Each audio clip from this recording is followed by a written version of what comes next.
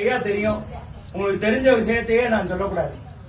தெரியாத விஷயத்த சொன்னா தான் உங்களுக்கு ஆர்வமா கேட்கணும் இல்லையா? ஐயா ஜீவாத்மா பரமாத்மா. ஜீவாத்மா என்பது நம்ம, பரமாத்மாங்கிறது ஆண்டவன். உங்களுக்கே தெரியும். நம்மளாம் ஜீவாத்மால இருந்து பரமாத்மாவுக்கு போறதுக்கு நம்மளுடைய 6 சக்கரங்கள் இருக்கு. 6 சக்கரங்கள் இயங்கும். மேல தலைக்கு பின்னாடி இருக்கக்கூடிய 7வது சக்கரம் தான் இயங்காது. இந்த 7வது சக்கரம் இயங்கிதான் நம்ம பரமாத்மா அடைய முடியும், தெய்வத்தை அடைய முடியும். ஆனா ஐயா வாழும் காலத்திலேயே ஜீவாத்மால இருந்து பரமாத்மாவுக்கு போனவர்.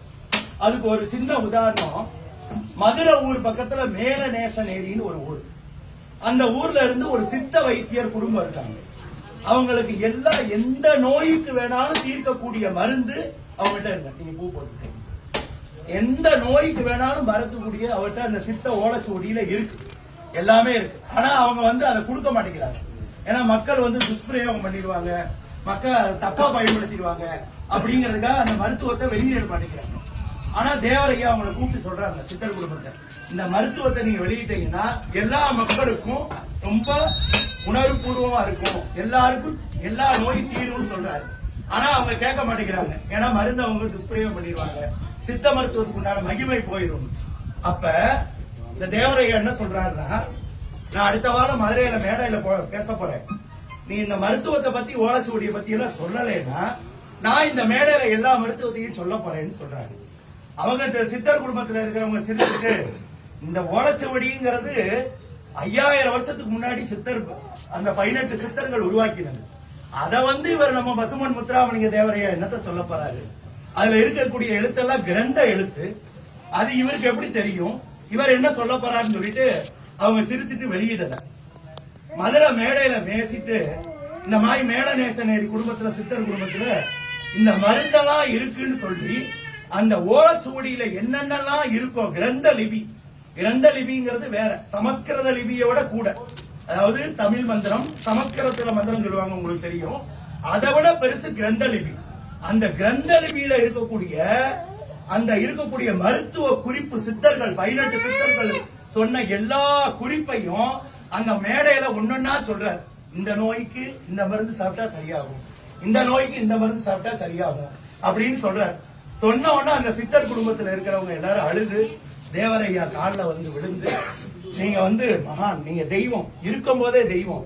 ஏன்னா அந்த ஓலைச்சுவடியில 5000 வருஷத்துக்கு முன்னாடி அவர் வாழ்ந்த காலம் உங்களுக்கு தெரியும். அவர் வாழ்ந்த காலத்துல இருந்து 5000 வருஷத்துக்கு முன்னாடி யோசிச்சு பாருங்க. அதை எப்படி இவர் எல்லாத்தையும் சொல்ல முடியும்? கண்ணை மூடினார், எல்லாம் அல்ல தமிழ் கடவுள் முருகனை நினைச்சார், மனசுல எல்லாருக்கும் இந்த மருந்தை சொல்ல போறேன், என் நாக்கில உட்காருன்னு சொன்னார். அது மாதிரி நாக்கில உட்கார்ந்தது, அவர் எல்லாத்துக்கும் சொன்னார். அப்பதான் அது மூலமா தான் மதுரை மேலநேசநேரி இருக்கிறதுல இருந்து எல்லாருக்கும் அந்த சித்த வழிபாடு எல்லாத்துக்கும் வந்தது. இன்னும் நீங்க இது எல்லா இடத்துலயும் கிடைக்காது. தஞ்சாவூர் சரஸ்வதி மகால்னு ஒன்று இருக்கு, அங்க லைப்ரரி, சரஸ்வதி மகால் லைப்ரரி. அங்க போய் தேவரையாவை பத்தி படிச்சீங்கன்னா நமக்கு மறைக்கப்பட்ட நிறைய விஷயங்கள்லாம் தேவரையா வருது. அதனால எல்லா விஷயமே நீங்க சரஸ்வதி மகால்ல போய் பார்க்கலாம். தஞ்சாவூர் சரஸ்வதி மகால் லைப்ரரி தான், அது உங்களுக்கு தெரியும். அதனால பரமாத்மா ஜீவாத்மாவிலிருந்து ஐயா பரமாத்மாவானவர். நம்ம எல்லாம் ஜீவாத்மாவில இருந்து பரமாத்மா போறதுன்னா ஆண்டவன்ட்ட போய் சேர்ந்துட்டு அப்புறம் திருப்பி வர முடியாது. ஆனால் அவர் வாழும் காலத்திலேயே ஜீவாத்மாவா இருந்து பரமாத்மாவானது அது ஐயாவுக்கு மட்டும்தான். அந்த சிறப்பு வேற யாருக்கும் கிடையாது. இல்லாட்டினா நமக்கு ஒவ்வொரு பூஜையிலையும் டயம் சுருக்கமா இருக்கிறதுனால நிறைய சொல்ல முடியாது. ஒவ்வொரு பூஜையிலையும் எத்தனையோ சித்தர்கள் இருக்காங்க, 18 சித்தர்கள் இருக்காங்க, உங்களுக்கு தெரியும். எத்தனையோ மகான்கள் இருக்காங்க. எல்லாருக்கும் பால் குடம் எடுக்கிறாங்களா? எல்லாருக்கும் காவடி எடுக்கிறாங்களா? எல்லாருக்கும் அழகு குத்துறாங்களா? எல்லாருக்கும் நடைப்பயணம் பண்றாங்களா? எல்லாமே நம்ம ஐயாவுக்கு மட்டும்தான் நடக்கும். அதுல இருந்தே நீங்க தெரிஞ்சுக்கணும் அவர் எப்பேற்பட்டவர். இருக்கும் காலத்திலேயே ஜீவாத்மாவில இருந்து பரமாத்மா தெய்வமா ஆனவர். அப்பேற்பட்ட ஐயாவுக்கு இன்னைக்கு திருவாதிரை பூஜையை சமர்ப்பிக்கிறோம்.